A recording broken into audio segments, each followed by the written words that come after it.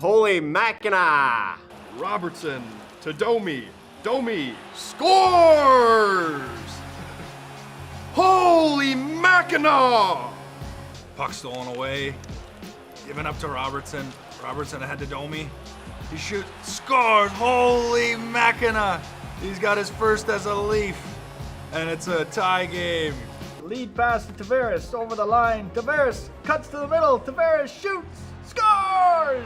Holy Mackinac! What a goal! Through the middle, up to John. Tavares walks the middle, cuts back, shoots, scores! Holy Mackinac! John Tavares, welcome back. Holy Mackinac! Holy Mackinac, what a show we've got tonight on Unsportsmanlike content. Thanks for joining us inside the Scotiabank Arena and, of course, all the Maple Leaf social platforms. Mayday is back. How are you, partner? Fantastic, fantastic. Good to see you. We'll get into the threads here a little bit later in the show, but you've got a great story about where you were this past week. But tonight, of course, an original six matchup. The Blackhawks in town to take on the Maple Leafs, and, of course, honoring 44 years as the voice, the sound, and the soundtrack of the Maple Leafs. Joe Bowen going to be honored tonight, and you just heard the guys playing along. It's a lot harder than you think, isn't it, trying to make a game and call the game the way Joe would, but he's done it. I would tell you that those players just stick to being hockey players, and it illustrates how difficult and how wonderful those voices that we hear all the time, sportscasters and guys like Joe Bowen and, of course, Hall of Famers like him, how great they are and what they do for us. 44 years. I had a chance to chat with him. We'll hear that conversation in just a moment. But you know this is an emotional time. He's got friends and family on hand for this one, and it's hard to believe. I remember watching him on the Leaf broadcast growing up, and then certainly on the radio side of things. So many memories, so many moments over a storied career. So I guess I should ask you, as a former Maple Leaf and National Hockey Leaguer, you knew the value of Joe Bowen, and probably, I don't know, I'm putting you on the spot here, if you remember when you heard him call your name as a goal call, but maybe just some moments that stick out for you. Well, I got to tell you, I only scored one goal for the Toronto Maple Leafs, and yes, I do go back to that every once in a while. Joe's a legend. He lives in the area I grew up, Markham, Unionville area, and everybody there, not to mention Leaf Nation and across the country and in the hockey world. What a special individual he is. His energy is infectious. Ryan, he brought the fans into the game, but for us players, illustrating what we did on a nightly basis and the energy that we brought, and the entertainment value just goes up through the roof when you have a great voice behind you. And I was so fortunate. I played for the Buffalo Sabres. Rick Jenneret's in the Hall of Fame. Yeah. And I have a nickname for the rest of my life because of a broadcaster in Rick Jenneret. And Joe Bowen has done that for a number of Toronto Maple Leaf players, along with others. And you know what? The game is so special. You got players on the ice doing what we do, but then you have the sportscasters, the broadcasters that actually bring it to the living room of fans. And Joe Bowen's a special man, and I'm so grateful to know him and be his friend. Oh, man, just the passion. As the notes say, you know, he didn't just call a game. You felt it, right, with this guy. Like, that's a really great way of putting it. When he's on the mic, you feel that passion, and you feel like you're in this game. And you know that that's unique. That's hard to do. You know what? And you know when a good moment happened, Joe's out of his chair, and he's almost leaping into the stadium. Fantastic. He and Jimmy Ralph has done such a fantastic job for every commute, for every person that's driving their car, going from one place to another, listening to the Toronto Maple Leafs. Their voice brings you into the event, the spectacle, and as a player, we really appreciate the greatness of those guys. And it's neat to hear the Toronto, or at least the Southern Ontario guys, reminisce about that. You know, late practices, they'd listen to them coming home from their practices. Scotty Lawton comes to mind, same with Stevie Lorentz, and of course Max Domi, right? This guy's been running around the rink here in Toronto for so long, and Joe obviously had a chance to speak with the team this morning. I sat in and listened to that. That was great, and you could see the emotion. You know, he's got his heart on his sleeve during this whole thing. So well done, Joe. And this morning, after the moment inside the locker room, I had a chance to chat with the legend himself, Joe Bowen. Well, Joe, 44 years calling Maple Leaf games, and yet this morning you have a chance to speak in front of the team and take it all in as a tip of the cap from them to you. What was that like? Well, first off, the gifts are absolutely overwhelming. And, you know, it's 44 years of traveling a lot. Most of the time with these guys, you get to meet them as people and family. I mean, the most enjoyable trip that we had every year as I got older was the Father's Trip, because most of them were about my age, or at least closer to my age. And you learned about their families, and you learned about what kind of parents they had. And you learned that they weren't the glass bangers. They weren't the ones that were berating their kids in the car on the way home. They were supportive. They gave them every opportunity to excel. But that drive to make this league and to make teams like this came from within their bodies and within their dreams.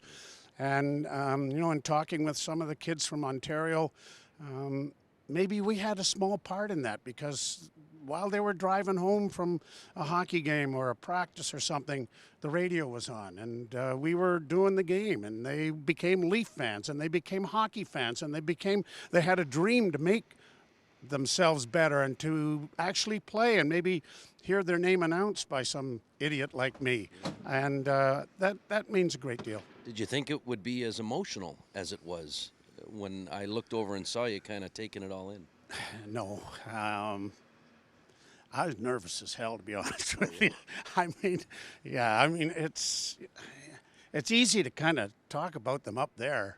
You get down into a room like that, it's pretty impressive. It was a little nerve-wracking, I must admit. I bet. And I saw there was a couple of moments with some hugs and some handshakes. As you say, from up there, it's a different game. Down here and inside that room, a completely different feel. When you think about the current group and you think about the groups of days gone by, what comes to mind for you? You know, 700 names. 700 names, guys that pull that jersey over their shoulders. And you think about all of the interaction that you've had. You think about the teams that you had. The effort was always there. Sometimes the talent level wasn't there. But it was never for the lack of trying. And I think that when you get close enough to a sport and understand what goes on in it, you become a lot more forgiving maybe. And fan bases are fan bases, right? They get upset and everything else, and they get pounding and whatnot. But there's nothing like a Toronto Maple Leaf fan, and it's, I've often said, it's like your children. They do something wrong, and you get upset with them, and you pound on the dining room table, and you curse or whatever, but you never stop loving them. You never stop loving and thinking that they're going to turn out to be great. And I've got 4 boys that I've pounded on tables and screamed at and everything else. I've got 4 wonderful sons, so I know it's exactly like a team. Yeah. Are you ready for tonight to take it all in here against the Blackhawks, which was game 1 for you against the Blackhawks, and here you are tonight. October 6, 1982, at the grand old lady on Madison Street. Remember the Roar? They're going through their anniversary this year too. I don't know. I mean, to have everybody out on the ice with me, I know it's going to be emotional.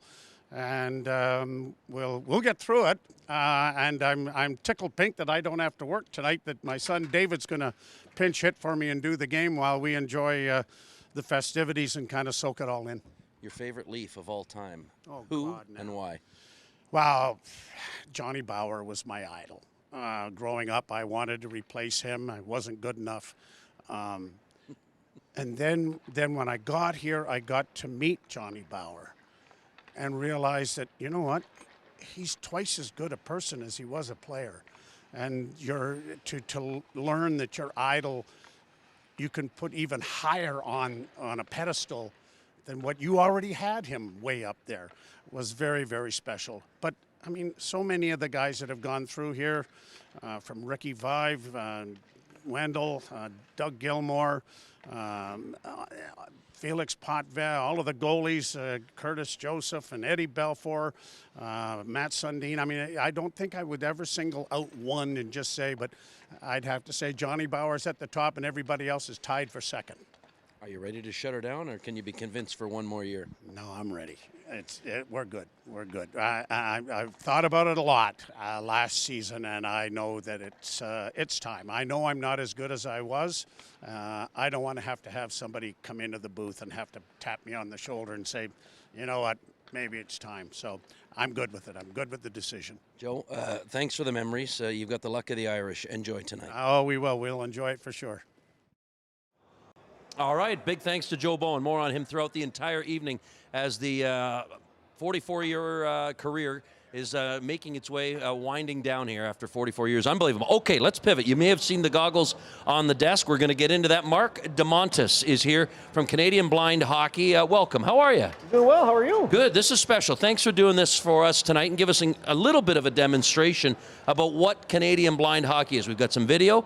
Matey's got the glasses or the goggles, or what do we call them? These are simulation goggles that Canadian Blind Hockey's put together to educate hockey fans about blind hockey. And what it does, it gives you a bit of an idea of what someone who's a blind hockey player would see. So in this case, this has got a little bit more eyesight than I have. And I have about 4% eyesight. This might be closer towards 8 or 9%. So. Can I be honest? You're a beautiful man. I see you haven't changed, Brad. You're doing good. No, there's so many jokes. I'm not going to touch it. But you played growing up. What can you share about your love of the game and why it was so important for you with some visually impaired challenges that you had to overcome and yet still keep your passion for the game going and really making it something that so many people can still enjoy no matter what? Yeah, so I mean, growing up like most Canadians, I grew up in Toronto. A product growing up at the historic Weston Lions Arena, and I played for the Toronto Young Nationals when I was about 17 years old.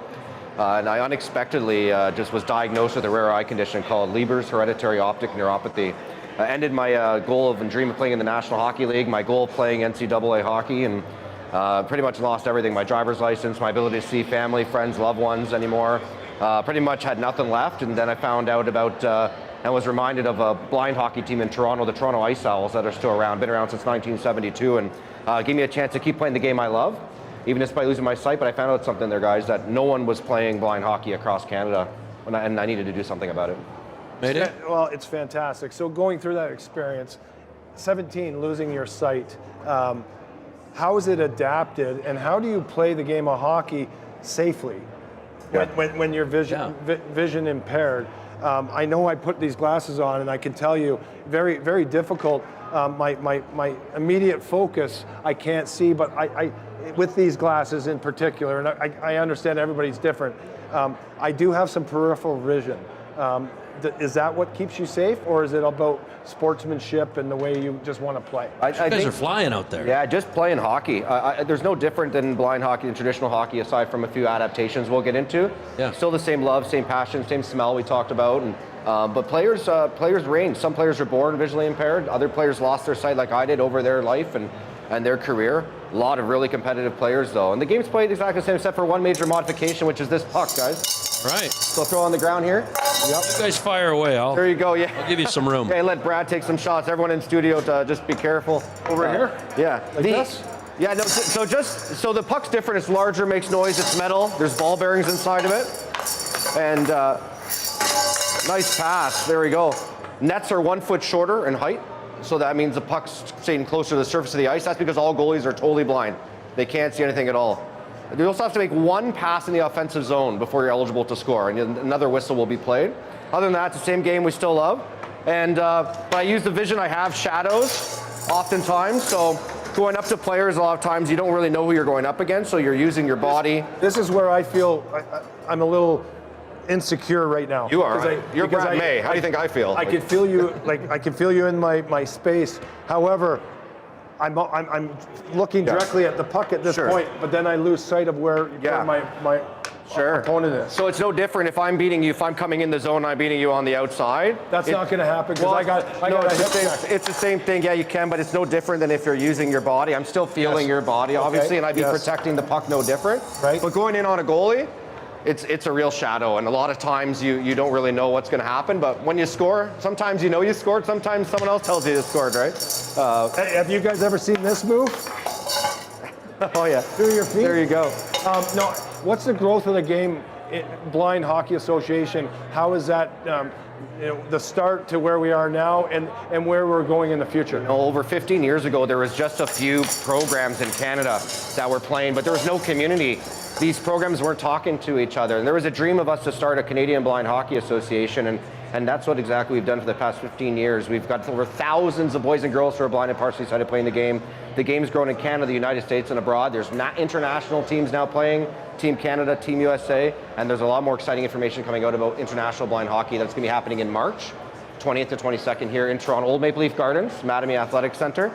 But it's a game we all love, and we want to share with others. That's why we're on a mission right now to raise over $100,000 at Canadian Blind Hockey. So if you want to donate, volunteer, get involved, CanadianBlindHockey.com. Is there a possibility that a former player could come out and play with you guys? I would love to. Yeah, well, Mattamy Athletic Center, March 20th to 22nd, there will be an opportunity to see some hot shots like yourself come out and play the game, but don't be surprised. I mean, I know you played a little hockey, Mayday, but it's just as tough as you'd remember, and you'd be going up against guys like me, and to be honest, sometimes you don't know what's going to happen. You got to be ready, right? Absolutely. So you know what? It's all in the legs, and I missed the puck though. I don't. But so, you know what's amazing is when I have these glasses on, they say that when you lose one sense, you gain others. Gain other senses. I mean that puck's I need that sound to know where it is to chase it. I'm sure. Yeah. For me, I use a limited sight I have, which is it's almost like seeing the world underwater. I kind of compare it to people, but I'm using my ears when I'm on the ice, when I'm on the bench, and I'm constantly communicating with teammates too. Just like in traditional hockey, communication is so important, right? Oh, unless he's a dirty player. He's a dirty player. A little bit of unsportsmanlike, content there, I see, right? So, but again, I'm just grateful that we continue to educate people, hockey fans around the world of Canadian blind hockey. And we got a chance to team up with the National Hockey League, where we're getting people just like yourself to wear simulation goggles, NHL stars, and getting them a chance to try stick handling, shooting, hitting targets, and it's raising awareness all around the hockey world. Mark, what has this done for those who maybe thought their hockey days were behind them? What I don't know if there's a story or those feel-good stories where somebody kind of came in and it's really made a positive difference. Yeah, I mean, I have teammates of mine I play on the Canadian team with that lost their sight really later in their life, and for them, they picture themselves maybe being at a hospital thinking they're losing everything like I did, their driver's license, their dream of playing pro, their dream of playing college, whatever it may be, and then to find out they can keep living their dream, their passion, even despite, it's really emotional for a lot of players. And I see the impact it has not just on them to play the game, But what it does for people off the ice and their quality of life is just as important as well. Look at the smiles as we see these photos and some of the video. It's fantastic. Now, I believe you had a chance to go one-on-one with Sid the Kid. Is that right? You were down, was that in Vegas? And are we going to, why don't we take a look at that if we could? We'll take a look at Sidney Crosby taking his first experience with blind hockey. Sid, coast is clear. All right. Let's go on. Before we take those shots, just want to share with you the net here, Sid. Okay. It's actually 1 foot shorter in height. Okay. And that's because all goalies are fully blind. So we pick the net 1 foot shorter just so pucks stay closer to the surface. And in the net, there's four targets in kind of random places. If you hit the targets, you can tell it makes noise. Yeah. Man, I'm going to have to dial it in here. Why don't you go first? No. That was bar down, though. You tell me, was it? I think it looked like it. Here we go, Sid. There you go. It's a good noise. Would you actually envision yourself skating with those goggles on? How would you feel? I've always had an appreciation, but this gives me even more of an appreciation for, how difficult it would be. Let's try the big puck. Pass this around. Obviously, this is heavier, Sid. Yeah. So you got to be a little bit more mindful. You throw sauce with this too? Like heavy? Try. It's pretty heavy. Oh, yeah.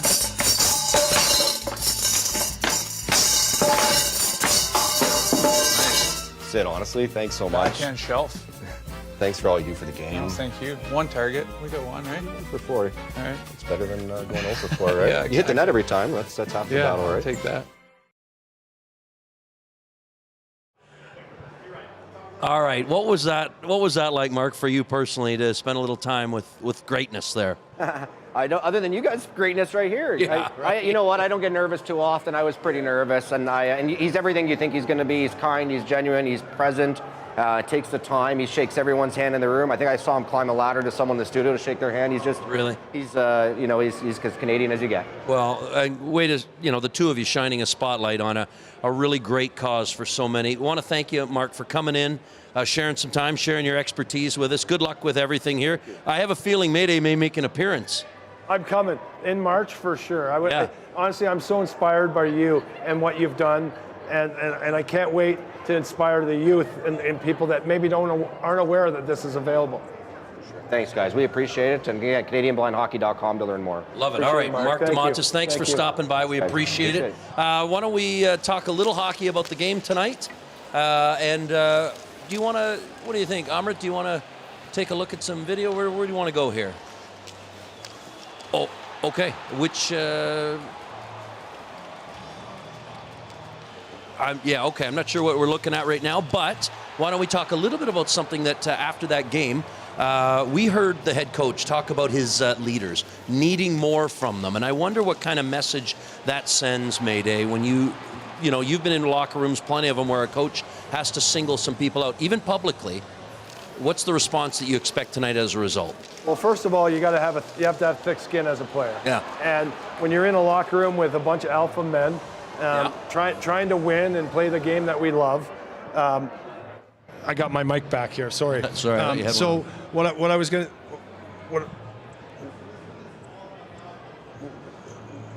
keep her going. Oh, sorry. Yeah. So what I was going to say, when a coach calls you out, clearly we have a job to do, and when you're not doing it well, or certainly consistently, you have to dig in. And I had some opportunities, so I'd expect the players that were called out here in Toronto to actually respond in kind. So I was playing for the Vancouver Canucks. Yeah. Our team wasn't doing that well. Mike Keenan was our coach. We had a number of great leaders in our locker room. A captain that became a captain in Marcus Naslin. We had Alexander McGillney, who was just inducted into the Hall of Fame. We have Mark Messier. They say he's the greatest leader in hockey and in sports. And all of a sudden, our team's not winning. We're not doing exactly what we're supposed to do. They get ripped in the locker room. And you just ask your question, who's the best player the next night? Yeah. It's the best players. Yeah. Listen, everybody wants to do well. Everybody wants to, show up and compete and be as successful as they can. But it doesn't always happen. And I think that's what happens with chemistry in a locker room. You do need a tough coach. For Craig Berube, he's a player's coach. Players love him. But you know what? When that guy, your leader, the guy you listen to every day, actually snaps on you a little bit and buttons down the details that he's been preaching for many months now, players have to respond. So I expect a good thing. It's not a bad thing. And when this stuff gets to media, of course, it gives us all talking points to speak of and maybe discuss around the water cooler. But at the end of the day, 750 guys are in the National Hockey League. They all want to be the best they can be to sign another contract and maybe leave their legacy. Sometimes you kind of not take it for granted, but you don't realize, you think you're working hard, but you're not as focused. And it sometimes takes a hard hand, a heavy hand to make the difference. We won't see Connor Bedard. We won't see the young man who was selected second overall from a couple years ago because he was a little late. So he's going to be a healthy scratch. I wonder, in your career, has anything like that occurred? Well, listen. Being a healthy scratch as a result of being late or missing. Hey, listen, for the young man in Chicago, you got to use it as a learning experience. You're youthful, you're not as mature as you should be, and you're going to learn that, unfortunately, the hard way. For me, I was a young player with the Buffalo Sabres, and here's a great story. We were playing against the New York Rangers. It went to overtime. This is before shootout and all that, 1991, 92, and I missed an airplane from New York City to San Francisco. It was the first year the San Jose Sharks were in the league. We went out, the team flew out at 9 o'clock in the morning. Our bus was at 7 a.m. My roommate, Bob Corkum, and I, we both slept in. We got a phone call from Pat LaFontaine. The first year I think they ever had airphones on the back row of an airplane. And at 9:20, Patty calls us. Of course, they're in the air. And we answer the phone and basically panicked from that point on. We ran down, we're at 42nd in Lexington in New York City. We try to jump in a car, there's 100 yellow cabs, and I jump in the car and I'm like, take us to the airport. And we're like disheveled, really worried, like, oh my God, we're gonna lose our career here. And the taxi driver looks at me and he says, which one? I'm from Toronto, man, there's one airport. There's 3 airports that are in Chicago or in New York, and he goes through the thing. One's LaGuardia, the other one's Newark, and I'm like, I don't know the name LaGuardia. Why would we go to New Jersey to fly from New York City? It makes no sense, although it's probably the easiest one. And the other airport was JFK. Well, he was the president, right? So I'm like, hey, we got to go to JFK. We picked the wrong airport. So not only did we miss our flight, we missed another flight because we missed it because we went to the wrong airport. When we got to San Jose, John Muckler was our coach, legendary Stanley Cup winner, Edmonton Oiler, great. John took us aside and said, listen, you've now put everybody under the gun. You've really been, you're bad teammates. You have to show up tomorrow night and you have to play hard. You have to play well, and I don't know what I'm going to do with you. But he gave us a chance. He did it. What ended up happening was we had a great game. I got in 2 fights. I think I scored 2 goals, which is a wonderful thing for me. Bobby had 2 assists. We were playing together. But we lost to the San Jose Sharks 7-5. San Jose won 8 games that year. And the craziest thing is our coach left it to the leadership group of our team, Pat LaFontaine, Dale Hawerchuk, Dave Anderchuk, to basically police us. Well, for the next 6 weeks, it was miserable. I was a rookie to begin with, but then beyond that, I was treated even worse. I put every other player on my team in jeopardy and exposed all of them, and it was a terrible thing. So the made you better though going forward, I would imagine, some changes. Yeah, but I'll tell you what, the one thing that I'm most afraid of is being late, and certainly being late for a really important meeting, or a moment, and punctuality is everything. So for all the young kids, actually all the executives out there too, whoever's watching this clip, punctuality is everything, because guess what, when you're late, that's the most disrespect you can show to the person at your meeting or everyone else. At the end of the day, if you can do one thing right, that's be on time and be ready for whatever you're going to do. I learned a valuable lesson when I was 19 years old. I can't imagine the fear of knowing you missed a flight. I have dreams about that. Like, especially that's terrifying. Especially when you're with a hockey team and in our sport. Listen, guys lost their careers by being late and missing buses or airplanes or whatever. I was fortunate enough that John Muckler gave us a chance. Real quick, how much time do I have? 1 minute? Tell us about the coat, where you were. Okay, listen, this coat that I'm, excuse me, that I'm wearing, I was just in Aspen, Colorado at a wonderful hockey classic charity. We raised over $1 million. They're building an academy in Aspen. Henrik Lundqvist was there, Marc-Andre Fleury, former Leafs, Tyson Barrie was there, Ben Scrivens, and countless other players. And this jacket is from Wyatt Russell, who is Goldie Hawn and Kurt Russell's son. Right. This is his new seltzer that he's promoting. But I saw Wyatt. I told him I'd wear the jacket because he's a big-time Leafs fan. He loves hockey.